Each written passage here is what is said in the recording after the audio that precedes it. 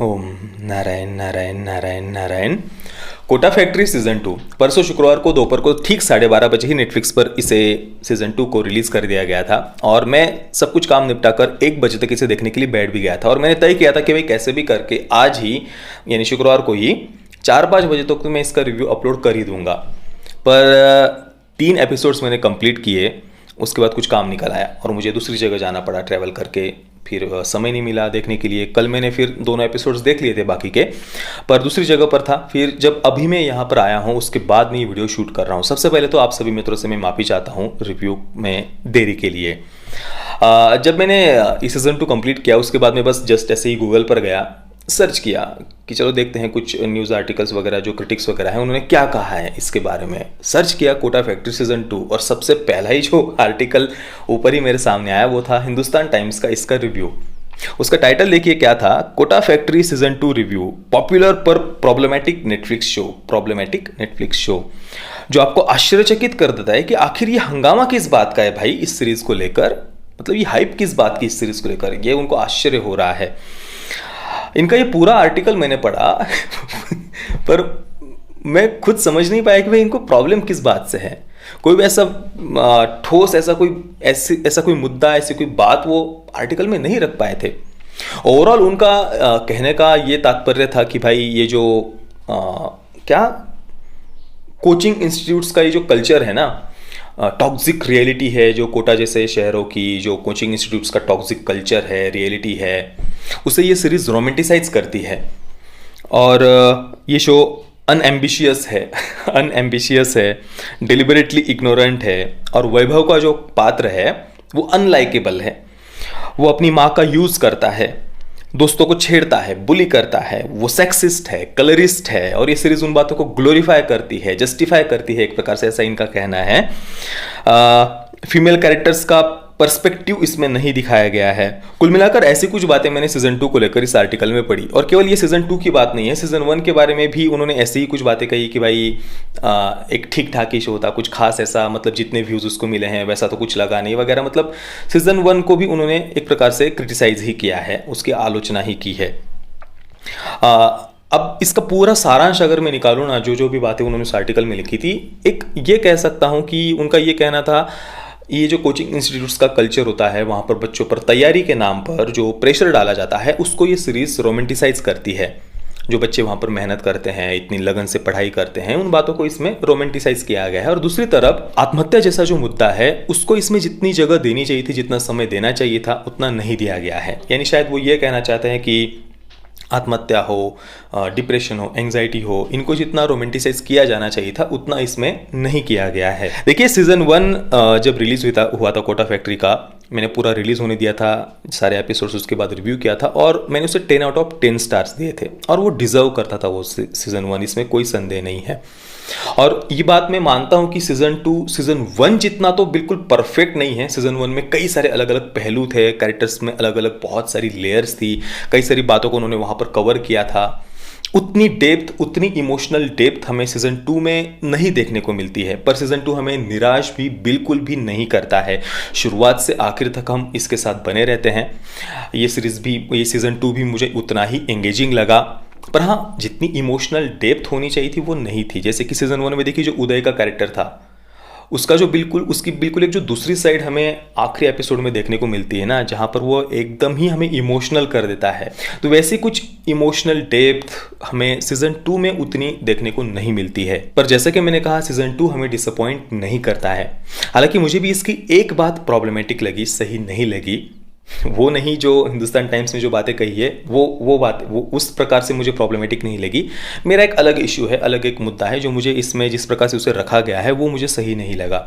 जो मित्र हमारे चैनल से काफ़ी लंबे समय से जुड़े हुए हैं वे समझ भी गए होंगे कि मुझे कौन सी बात इसकी अच्छी नहीं लगी, पसंद नहीं आई। वो मैं आपको बाद में बताऊंगा कि कौन सी बात मुझे सही नहीं लगी। उसके पहले थोड़ा सा इसकी कहानी के बारे में और जो बातें मुझे पसंद आई उसके बारे में हम चर्चा करते हैं। सीजन 2 की शुरुआत में IIT छोड़ने का मन बना रहे 2 छात्रों को जीतू भैया एपिसोड 1 में ही, शुरुआत में ही एक बिल्कुल ही मोटिवेट कर देने वाला, उत्साह भर देने वाला स्पीच देते हैं। और वो स्पीच सच में बहुत बढ़िया था। उसे सुनकर किसी के भी अंदर बिल्कुल ही एक उत्साह भर जाएगा। बहुत कुछ बढ़िया बातें ऐसी जीतू भैया ने वहां पर कही थी। तो उस उत्साहवर्धक स्पीच को सुनकर जो दो छात्र, एक युवती थी और एक लड़का था, वो जो निर्णय लेते हैं आईआईटी को कंटिन्यू करने, इस एग्ज़ाम को देने का, तो उनमें से एक जो छात्रा है वो बाद में आत्महत्या कर लेती है। तो एक प्रकार से वो जो मोटिवेट करने वाला स्पीच था जीतू भैया का, उसकी एक निगेटिव साइड भी एंडिंग में हमें दिखाई गई है। हालांकि मैं उसे निगेटिव साइड नहीं कहूँगा, क्योंकि सीजन 2 में शुरुआत से ही उस बात का बिल्डअप उन्होंने शुरू कर दिया था। शुरुआत से जीतू भैया कई बार कहते कि भाई कुछ छात्र मुझे डरा देते हैं, मतलब हम उनकी बहुत ज़्यादा केयर भी करते हैं, उनको समझाते भी है, पर फिर भी कुछ छात्र मुझे डरा देते हैं। तो वो डर क्या था वो हमें आखिरी एपिसोड के बिल्कुल एंडिंग में, 5वें एपिसोड के बिल्कुल एंडिंग में हमें पता चलता है। और जीतू भैया का जो कैरेक्टर है वो हमेशा से ही छात्रों के मन में जो एक दबाव है, प्रेशर है, उसको कम करने का प्रयास करते हुए हम उनको देखते हैं। इसके बिल्कुल अपोजिट साइड में माहेश्वरी को अगर हम देखें तो वहाँ पर जो पहला ही दिन था वहाँ पर छात्रों का, उसी समय पूरे छात्रों को एक प्रकार से डिमोटिवेट कर दिया जाता है। एक दूसरे के प्रति ही एक जैसे स्पर्धा का जो भाव है, स्पर्धा भी नहीं कह सकते, एक प्रकार से छात्रों को एक दूसरे के प्रति ही उनके मन में ईर्ष्या भर दी जाती है कि भाई आपके निकट जो बैठा हुआ है वही आपका कंपटीशन बिल्कुल उसी के ही साथ में है। तो एक प्रकार से एक मिलजुल कर, साथ में मिलकर जो एक उत्साहवर्धन की आवश्यकता होती है वो हमें माहेश्वरी में कहीं पर भी देखने को नहीं मिलती। दूसरी जगह पर जीतू भैया जो है वो मोटिवेट भी करते हैं सबको, उनके मन में जो एक दबाव है, प्रेशर है, उसको दूर करके उनको हंसते खेलते हुए सारी बातें सिखाते हैं, पूरी तरीके से उनका ध्यान रखते हैं। पर फिर भी एक जो हम देखते हैं सीजन आखिरी एपिसोड में, एपिसोड 5 में, कि एक छात्रा आत्महत्या कर लेती है। तो इसे मैं जीतू भैया की निगेटिव साइड तो नहीं कहूँगा, क्योंकि उनको तो अपनी तरफ से जितना हो सके पूर्ण 100% देते हुए ही दिखाया है, वे पूर्ण अपनी तरफ से प्रयास करते हुए ही उन्हें दिखाया है। पर ये जो पूरा प्रेशर होता है, दबाव होता है, उसको कुछ छात्र कैसे कुछ ज़्यादा ही सीरियस ले लेते हैं और उसके कैसे दुष्परिणाम फिर हमें देखने को मिलते हैं, ये उन्होंने वहाँ पर दिखाने का प्रयास किया है, जो कि मुझे ज़्यादा उचित लगा।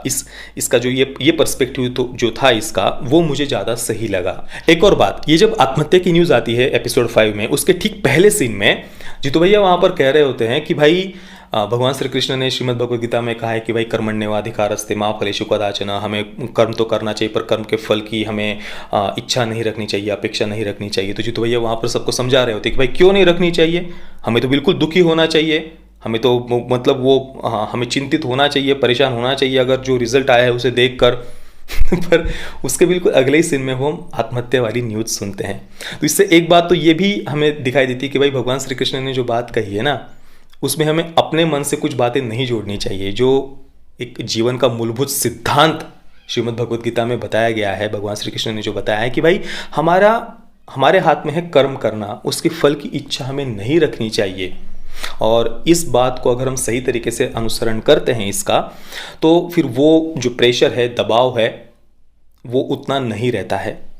और अगर हम उसमें फिर अपने तरफ से कुछ जोड़ते जाते हैं कि भाई नहीं हमें तो दुखी होना है, भाई सुख और दुख में इन बातों को तो हमें इसमें ज़्यादा, ये बात भी भगवान श्री कृष्ण ने कही कि भाई सुखम वा दुखम संयोगी परमो मतः, सुख हो या दुख हो, सुख में चाहे हम सफल हो गए, चाहे किसी परीक्षा में आप सफल हो, कोई किसी एग्जाम में आप सफल हुए, या किसी भी जीवन में किसी भी क्षेत्र में अगर आप कुछ सफल होते तो उसमें हमें फूलना भी नहीं चाहिए।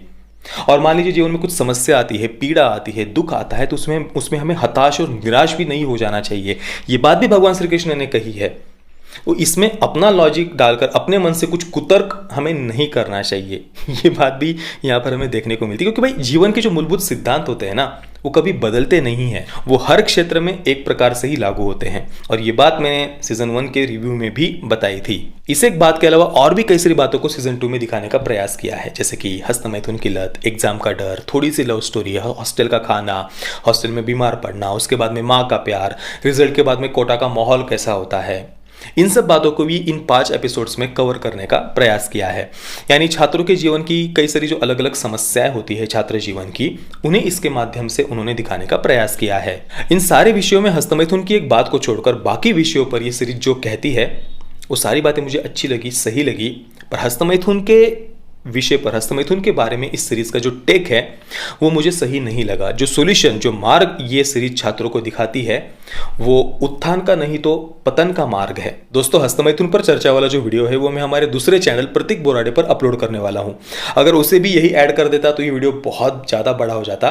तो काफ़ी विस्तार में हम डिटेल में चर्चा करने वाले हैं उस विषय पर, तो हमारा वो वीडियो भी आप ज़रूर देखना। इस वीडियो के अपलोड होने के तुरंत बाद में उसे अपलोड करने वाला हूं, तो उसे मिस बिल्कुल भी मत करना। और हमारा ये जो नया चैनल है प्रतीक फिल्म थियरीज, इसे भी अगर आपने अभी तक सब्सक्राइब नहीं किया तो प्लीज़ इसे सब्सक्राइब कर दीजिए। और हमारा जो दूसरा चैनल है प्रतीक बोराडे, उस पर वो हस्तमैथुन की चर्चा वाला वीडियो, उसे बिल्कुल भी आप मिस मत करना। बाकी हाँ, सीज़न 2 भी सीज़न 1 की तरह एक स्वीट सिंपल सा आज जो हमारी छात्र जो जीवन होता है उसको दिखाने का प्रयास उन्होंने सीज़न 2 के माध्यम से किया है। जो सारी बातें मुझे पसंद आई, ये एक बात जो मुझे इसकी थोड़ी सी सही नहीं लगी थी वो मैंने यहाँ पर कही है। बाकी तो बिल्कुल सीज़न 2 मैं नहीं कहूँगा तो भी आप सब देखेंगे ही, और हमें कहीं से भी सीज़न 2 भी निराश नहीं करता है। मैं कोटा फैक्ट्री के सीज़न 2 को दूंगा 8 out of 10 stars. Parental guidance की बात करें तो देखिए, अगर आप देखना चाहते हैं तो बिल्कुल देख सकते हैं परिवार के साथ में। कुछ ऐसी हस्तमैथुन आदि की बातें की गई है, पर ये बातें आज हमें हमारे बच्चों को भी बताने की आवश्यकता है। भले ही बच्चे जब ये देख रहे हो तो माता पिता का भी ये कर्तव्य है कि वो बताएं अपने बच्चों को कि भाई ये जो बात बताई गई है ये गलत है। जीवन में संयम की भी उतनी ही आवश्यकता होती। तो भाई हमें उल्टा चर्चा करनी चाहिए हमारे बच्चों के साथ में, युवाओं के साथ में, छोटे भाई के साथ में, छोटी बहन के साथ में इसके बारे में। तो देखना चाहे तो बिल्कुल देख सकते हैं। बाकी आपने अगर इसके सीज़न 2 को देखा है तो आपका एक्सपीरियंस कैसा रहा, प्लीज़ मुझे आप नीचे कमेंट में अवश्य बताइए। जय श्री राम, वंदे मातरम।